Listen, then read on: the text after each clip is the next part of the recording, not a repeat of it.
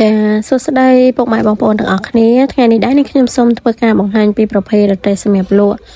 បុកល្ហុងស្លាប់មន់ក្លុកនិងនំប៉ាវមួយចាដែលភ្ញៀវរបស់យើងគាត់បានកំងណាឥឡូវហ្នឹងគឺខាងយើងបានរៀបចំហើយរួចរាល់ 100% ចាជាងគាត់កំពុងតែបះហើយបិទរូបបន្តិចហើយអានេះគឺជាប្រភេទខ្នាតក្មេងតូចដែលខ្ញុំតែងតែចំណាំហើយលេងរដងហ្នឹងឥឡូវម្ដងហ្នឹងគឺមិនមែនក្មេងតូចទៀតទេចាគឺធំខ្លាំងតែម្ដងឡានក្រេអីសុំចាញ់ហើយចាតោះឥឡូវយើងមកមើលអតេរបស់យើងវិញចានេះទូកញ្ចក់របស់យើងគឺយើងប្រើ2ថ្នាក់3ប្រឡោះដូចយើងរត់ដងអញ្ចឹងចាគ្រាន់តែយើងបិទរូបបន្ថែមទៀតមួយស្លឹកនៅលើកញ្ចក់ហ្នឹងណាដោយសារតែបងប្រុសម្ចាស់តែគាត់កំងបែបហ្នឹងចាហើយអានេះខាងក្រោមរបស់យើងគឺបិទរូបភាពនៅលើស្លាបនៅលើទូហើយនឹងនៅប្រអប់ខាងក្រោយនេះទៀតចា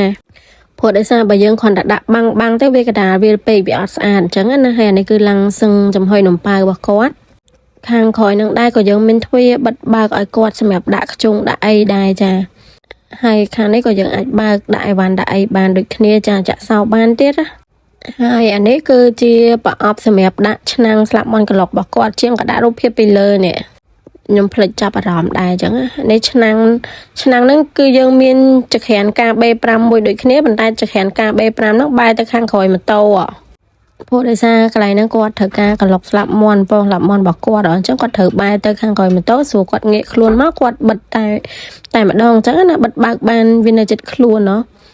ឡូវជាងគាត់កំពុងបិទរូបបើហើយខាងក្រោយហ្នឹងក៏មានរូបដែរប៉ុន្តែយើងអត់តាន់បានបិទហើយខ្ញុំថតបដាព្រោះដោយសាររៀងល្ងាចដែរហើយពេលខ្ញុំថតហ្នឹងពេលហ្នឹងដល់ម៉ោង4ជាងហើយប៉ុន្តែនៅថ្ងៃក្តៅខ្លាំងមែនតើចាប៉ុន្តែបើសិនថាយើងអត់បានឆ្លៀតថតទេគឺអត់បានថតហ្មងព្រោះដោយសារតែហ្នឹងគឺ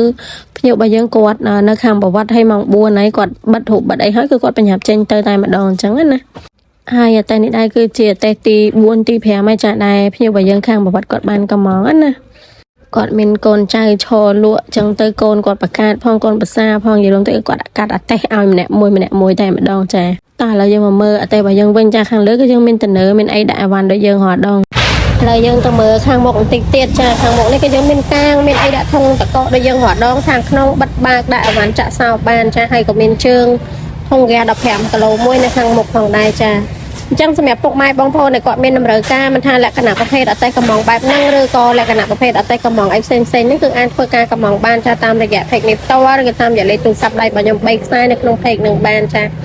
ហើយក៏អរគុណច្រើនចំពោះការជឿជាក់និងគាំទ្រមកលើ page មេហៀងសិប្បកម្មធ្វើរទេះគ្រប់ប្រភេទយើងខ្ញុំផងដែរចាមិនថាអតិថិជននៅតាមបណ្ដាខេត្តក៏ដូចជានៅភ្នំពេញផ្ទាល់ចាដែលគាត់តែងតែជឿជាក់និងគាំទ្រអ្នកខ្លះហ្នឹងគឺគាត់អត់បានឡើងមកដល់ទីតាំងយើងផ្ទាល់ទេចាគាត់កំងកក់លុយហើយគឺដល់ថ្ងៃគាត់ឡើងមកយកតែម្ដងចាដូចបងប្រុសក្នុងវីដេអូនឹងចឹងចាគាត់ជាម្ចាស់អតេចាហើយក៏ឥឡូវហ្នឹងយើងក៏មានតែប៉ុណ្្នឹងទេវីដេអូយើងក៏អរគុណច្រើនសម្រាប់ការទស្សនាវីដេអូមួយនេះយើងនឹងជួបគ្នានៅវីដេអូក្រោយៗទៀតចាបាយបាយ